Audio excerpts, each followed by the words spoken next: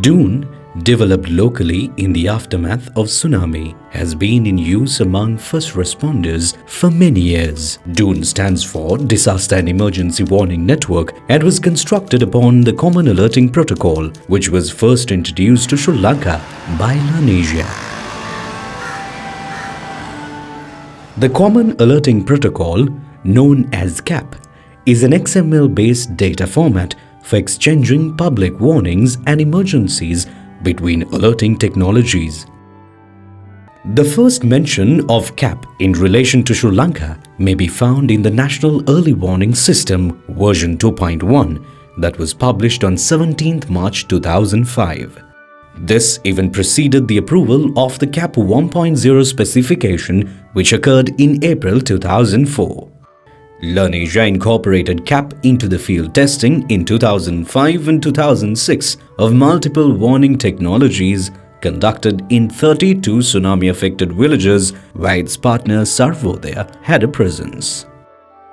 The project lead, Nuan Vaidyanatha, a mathematician and a coder, was instrumental in adding multilingual functionalities, making the HasInfo project, funded by IDRC of Canada, the first to deploy CAP in multiple languages. In parallel, DEWN was being developed by the Dialogue Supported Lab at the University of Moratuwa and by Microimage. The conversation led to the field testing of DEWN devices as a part of the Learnasia Sarvodaya research. Certain features were improved as a result of the field testing.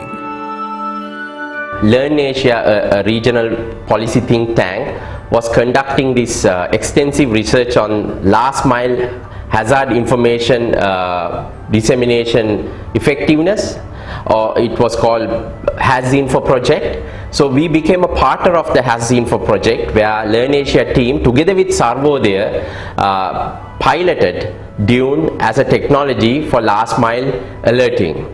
So we tested out our mobile phones as well as the alarm device during this exercise.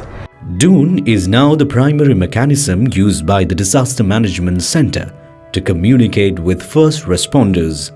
Specialized boxes that had visual and audio alerts built into them were the most common, though the system could work on mobile phones in which a Java applet had been installed.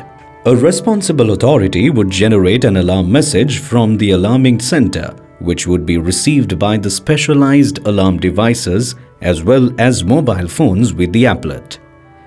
The message could be selectively sent based on area to identified individuals or groups of receivers as decided by the authority generating the message. The wireless alerting device shows response to warning messages in all three official languages by either emitting an audible alarm and a flashing light, or by turning on a radio.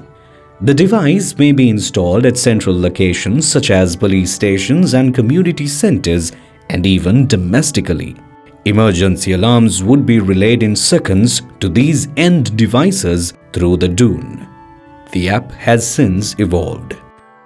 On a recent visit to New Zealand, Harsha Purasinghe has been approached by the Ministry of Civil Defence and Emergency Management, who have shown a keen interest in adopting a similar system in the earthquake-prone country. One of the features that attracted attention was the fact that DEWN was CAP compliant. So when I traveled to New Zealand early this year and met the public officials in charge of public warning in the country, halfway through to my presentation or sharing session, they said, "Harsha, we already know about it," and they showed an interesting publication that they have received on DEWN. Then only I realized how far it has gone. I mean, DEWN is widely known by and studied by many parties who are implementing disaster information dissemination platforms in other regional territories.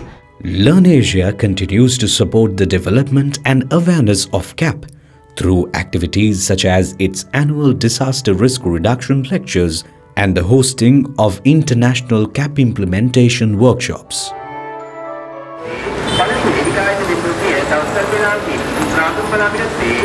The earth will continue to unleash its pent-up energy in a multitude of ways and often at very short notice. Our collective aim is to minimize the loss of life and damage to livelihoods and property. Together with the government, social organizations, private sector mobile operators, the general public, LearnAsia and Microimage have made sure that Sri Lanka is ready to face the next burst of fury that Mother Nature unleashes upon us.